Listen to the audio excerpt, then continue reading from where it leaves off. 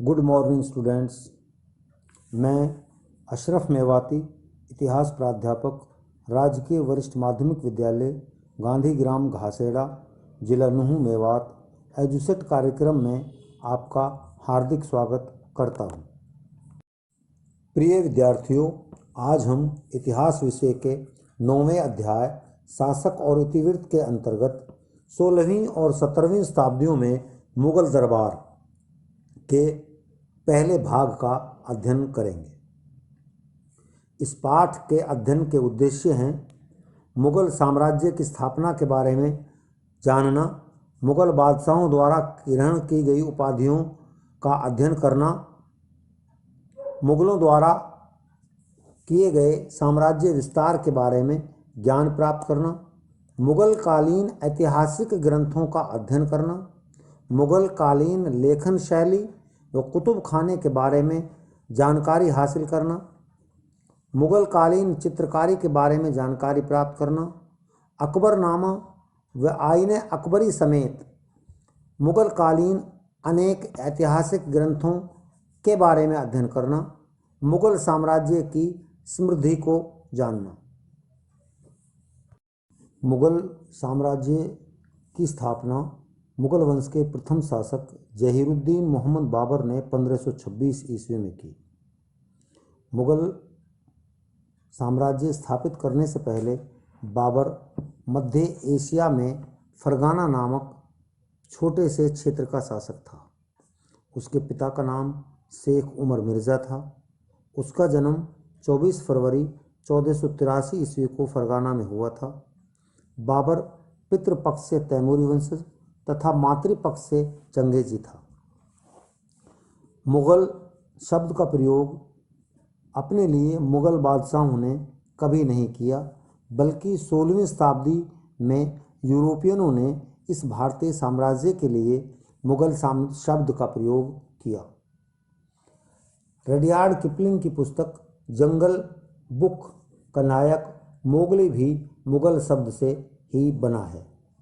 बाबर अल्पायु में 8 जून 1494 ईस्वी को अपने पिता की मृत्यु के बाद फरगाना का शासक बना, परंतु उज़्बेक शासकों ने उसे वहां से भगा दिया। उसके पश्चात उसने काबुल पर अपना अधिकार किया और सन 1507 ईस्वी में बादशाह की उपाधि धारण की। तत्पश्चात उसने 1526 ईस्वी में पानीपत के प्रथम युद्ध में इब्राहिम लोदी को हराकर मुगल वंश की स्थापना की। मुगलों ने भारत पर 330 वर्ष शासन किया। पानीपत के प्रथम युद्ध 1526 से पहले बाबर ने भारत पर 1519 से 1526 तक लगभग 5 बार आक्रमण किया। बाबर का कार्यकाल बहुत थोड़ा रहा, क्योंकि सन 1530 में अचानक उसकी मृत्यु हो गई। बाबर की मृत्यु के पश्चात उसका बेटा हुमायूं सन 1530 से लेकर 1540 ईस्वी तक तथा 1555 ईस्वी से लेकर 1556 ईस्वी तक भारत का शासक रहा। 1540 ईस्वी में हुमायूं को अफगान सरदार शेरशाह सूरी ने कन्नौज चौसा के युद्ध में पराजित कर दिया था और हुमायूं ईरान भाग गया था। इसी बीच रास्ते में अमरकोट नामक स्थान पर 1542 ईस्वी में उसके पुत्र अकबर का जन्म हुआ। 1555 ईस्वी में हुमायूं ने सूर वंश के शासक सिकंदर सूर को हरा करके पुनः दिल्ली पर कब्जा कर लिया। 1556 ईस्वी में अपने कुतुब खाने से उतरते समय हुमायूं की मृत्यु हो गई। हुमायूं की मृत्यु के पश्चात उसका बेटा अकबर 14 वर्ष की अल्पायु में दिल्ली का राजा बना और पानीपत के दूसरे युद्ध में अपने संरक्षक बैरम खां के नेतृत्व में हेमू को हराया। अकबर ने 1605 ईस्वी तक भारत पर शासन किया।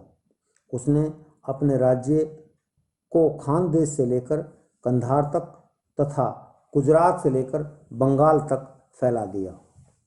अकबर की मृत्यु के पश्चात उसका पुत्र जहांगीर 1605 ईस्वी में बादशाह बना जो 1627 ईस्वी तक बादशाह रहा। जहांगीर बहुत ही न्यायप्रिय शासक था। जहांगीर की मृत्यु के पश्चात उसका बेटा शहजादा खुर्रम शाहजहां की उपाधि धारण करके बादशाह बना, जिसने 1628 से लेकर के 1657 ईस्वी तक भारत पर राज किया। 1657 ईस्वी में औरंगज़ेब ने अपने पिता शाहजहां को कैद कर दिया। औरंगज़ेब 1658 ईस्वी में शासक बना। उसने 1707 ईस्वी तक भारत पर राज किया तथा दक्षिण के अनेक राज्यों को अपने साम्राज्य में मिला लिया। औरंगज़ेब की मृत्यु के पश्चात मुगल साम्राज्य का पतन धीरे धीरे शुरू हो गया। 1707 ईस्वी में बहादुर शाह ने गद्दी संभाली और वह 1712 ईस्वी तक शासक रहा। 1720 ईस्वी में मोहम्मद शाह दिल्ली का शासक बना, जो इतिहास में रंगीला के नाम से प्रसिद्ध है। उसने 1748 ईस्वी तक शासन किया। उन्हीं के कार्यकाल में ईरान के बादशाह नादिर शाह ने 1739 ईस्वी में दिल्ली पर आक्रमण किया तथा वह विश्व प्रसिद्ध कोहिनूर हीरे से जड़ित तख्त ताऊस को ईरान ले गया। मुगल वंश के अंतिम बादशाह बहादुर शाह जफर द्वितीय ने 1837 ईस्वी में दिल्ली की गद्दी पाई। 1857 ईस्वी के प्रथम स्वतंत्रता संग्राम में भाग लेने के कारण अंग्रेजों ने उसे गिरफ्तार करके रंगून भेज दिया, जहां 1862 ईस्वी में उसकी मृत्यु हो गई। इस प्रकार मुगलों ने 1526 ईस्वी से लेकर के 1857 ईस्वी तक भारत पर राज किया। मुगलों ने साम्राज्य विस्तार के लिए बहुत ही कूटनीतिक रणनीति अपनाई। उनकी सेना में जहां तोप, घुड़सवार और हाथी तथा पैदल सैनिक सम्मिलित थे, वहीं उन्होंने राजपूत सरदारों से वैवाहिक संबंध स्थापित कर अपने साम्राज्य का विस्तार किया। 1526 ईस्वी में पानीपत के प्रथम युद्ध में बाबर ने विजय प्राप्त करके मुगल वंश की स्थापना की। उसके पश्चात 1527 ईस्वी में बाबर ने कन्हा के मैदान में राजपूत सरदार राणा सांगा और हसन खां मेवाती को युद्ध में पराजित किया, जिसमें हसन खां मेवाती और 10,000 मेव सैनिक एक साथ शहीद हो गए। 1528 ईस्वी में बाबर ने चंदेरी में मेदिनी राय के साथ युद्ध करके विजय प्राप्त की। अकबर ने 1556 ईस्वी में पानीपत के दूसरे युद्ध में विजय प्राप्त की। उसके पश्चात 1559 ईस्वी में ग्वालियर, 1560 ईस्वी में जोधपुर, 1561 ईस्वी में मालवा तथा सन 1564 ईस्वी में गोलकुंडा सहित अनेक क्षेत्रों पर विजय प्राप्त करके अपने साम्राज्य का विस्तार किया। जहांगीर ने 1605 ईस्वी में जब उसके पुत्र अमीर खुसरो ने विद्रोह कर दिया तो उसको सख्ती के साथ दबा दिया तथा उसको उम्र कैद की सजा दी। मुगल सम्राट शाहजहां ने 1633 ईस्वी में अहमदनगर, 1636 ईस्वी में गोलकुंडा और बीजापुर सहित 1638 ईस्वी में कंधार पर विजय प्राप्त की, लेकिन इस विजय को वह अधिक समय तक कायम न कर सके, क्योंकि कुछ ही समय पश्चात कंधार पर ईरान के शाहों ने पुनः कब्जा कर लिया। औरंगज़ेब के समय में मुगल वंश की सीमाओं का अत्यधिक विस्तार हुआ। उन्होंने 1659 ईस्वी में देवराई, 1661 ईस्वी में पलामू, 1662 ईस्वी में अहोम तथा 1666 ईस्वी में चटगांव पर विजय प्राप्त करके पूर्व में असम तक मुगल साम्राज्य फैला दिया।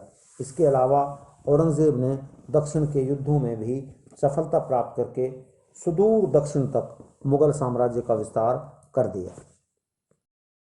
जैसा कि हम जानते हैं, इस अध्याय का नाम है शासक और इतिवृत्त।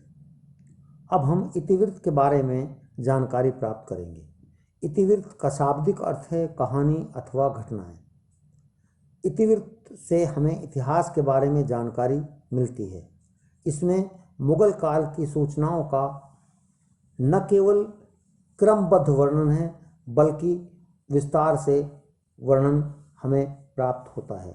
इसमें मुगल शासकों ने अपने दरबारी इतिहासकारों को अपने शासन काल के दौरान अनेक बातों को लिखने का आदेश दिया।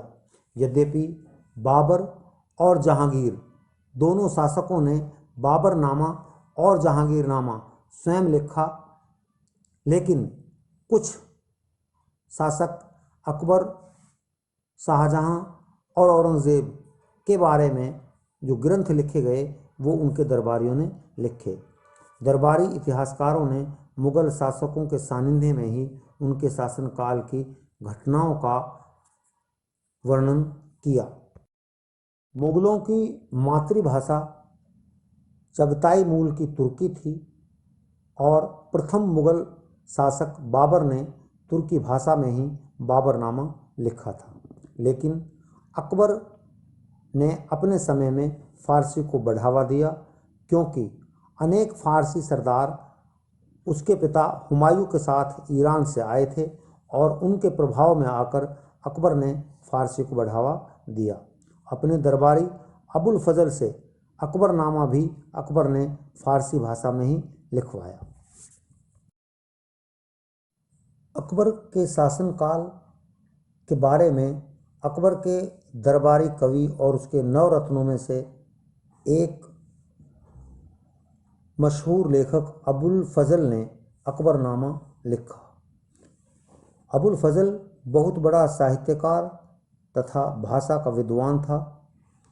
अकबर ने बाबरनामा का अनुवाद भी फ़ारसी भाषा में करवाया।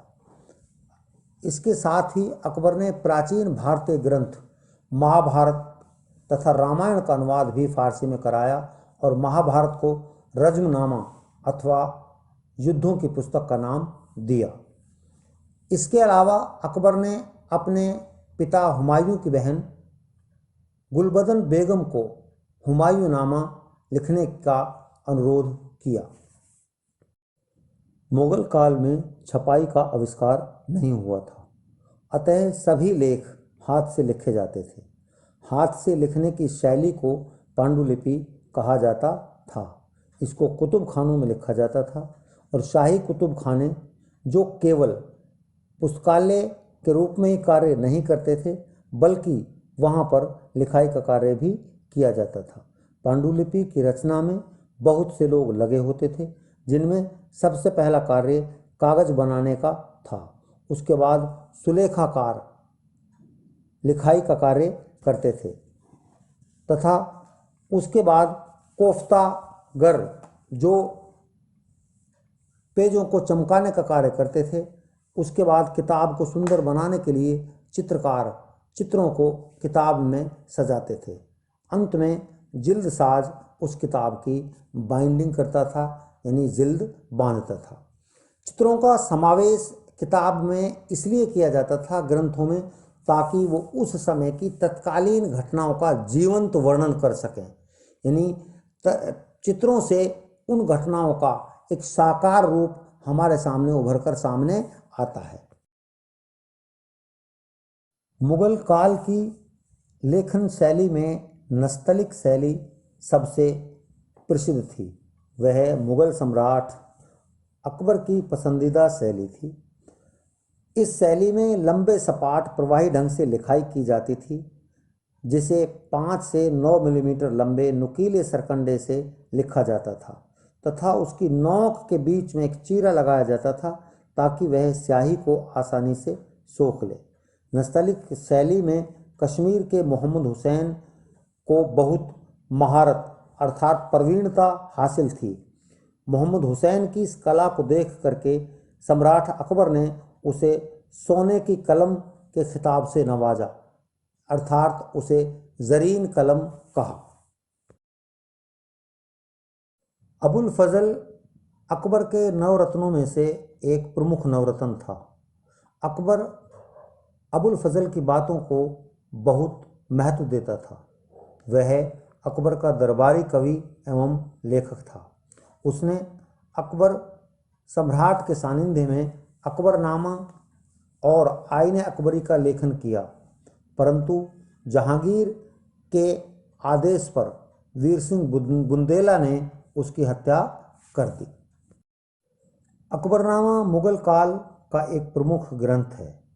यदि कोई व्यक्ति मुगल कालीन इतिहास का अध्ययन करता है तो उसके लिए अकबरनामा का पढ़ना अति आवश्यक है।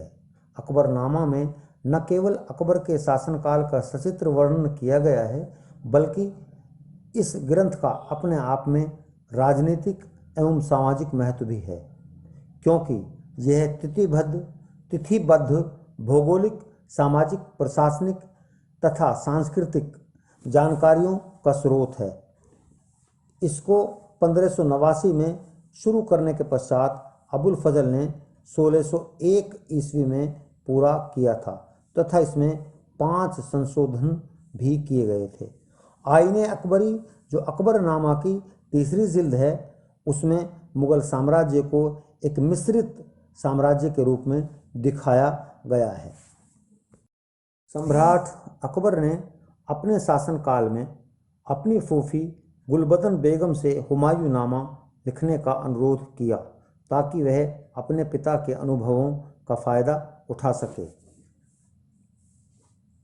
बादशाह जहांगीर ने स्वयं अपने शासनकाल के शुरू से ही 1605 ईस्वी से लेकर के 1622 ईस्वी तक अपने कार्यकाल का वर्णन जहांगीरनामा में लिखा है। मुगल बादशाह शाहजहां के दरबारी अब्दुल हमीद लाहौरी ने शाहजहां के कार्यकाल पर बादशाहनामा ग्रंथ लिखा है। उसकी 3 जिल्दों में से 2 जिल्द अब्दुल हमीद लाहौरी ने लिखी हैं तथा तीसरी जिल्द लिखते समय उसकी तबीयत खराब हो गई थी, उसकी सेहत खराब हो गई थी और तीसरी जिल्द को उसके शिष्य इतिहासकार वारिस ने पूरा किया था। औरंगजेब के 10 वर्षों के कार्यकाल का विवरण आलमगीरनामा में औरंगजेब के दरबारी मोहम्मद काजिम ने किया है। मुगलों ने अपने पूर्ववर्ती शासकों की तरह आदर्श राज्य की नीति के अंतर्गत राजत्व के सिद्धांत का पालन किया। अबुल फजल ने मुगलों के राजत्व सिद्धांत में वर्णन किया है कि बादशाह जनता पर राज करने के लिए अल्लाह या ईश्वर की तरफ से भेजा गया है और उसके दिल में शासन संबंधी तथा न्याय संबंधी बातें ईश्वर द्वारा ही डाली जाती हैं।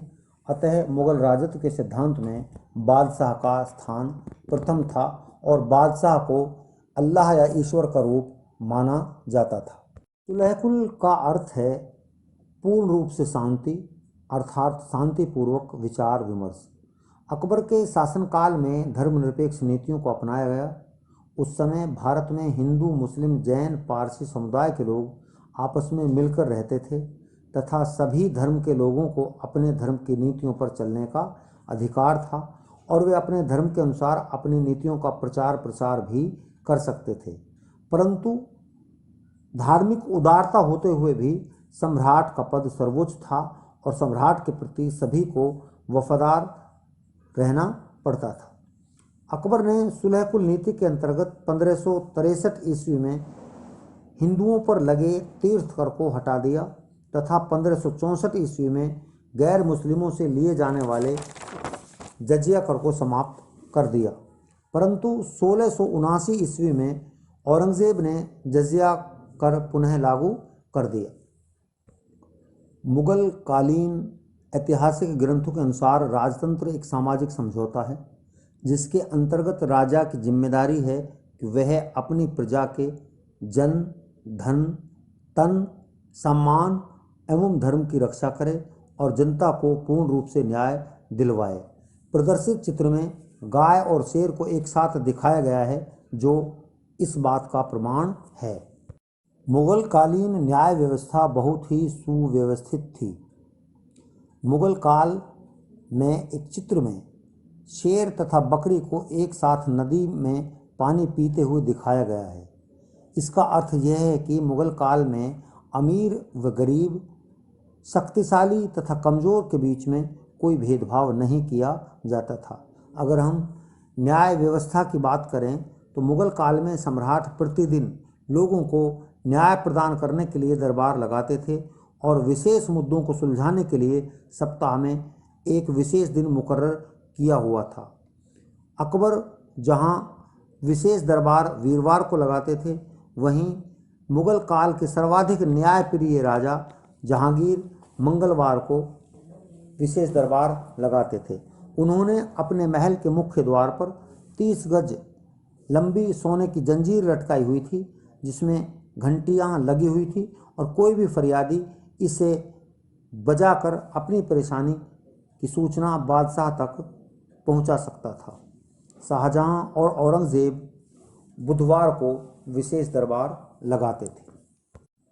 प्रिय बच्चों, अब आपको इस वीडियो का ध्यानपूर्वक अध्ययन करते हुए अग्रवर्णित प्रश्नों के उत्तर अपनी उत्तर पुस्तिका में लिखने हैं। पहला प्रश्न है, मुगल वंश की स्थापना और तत्कालीन भारत की राजनीतिक परिस्थितियों का वर्णन कीजिए।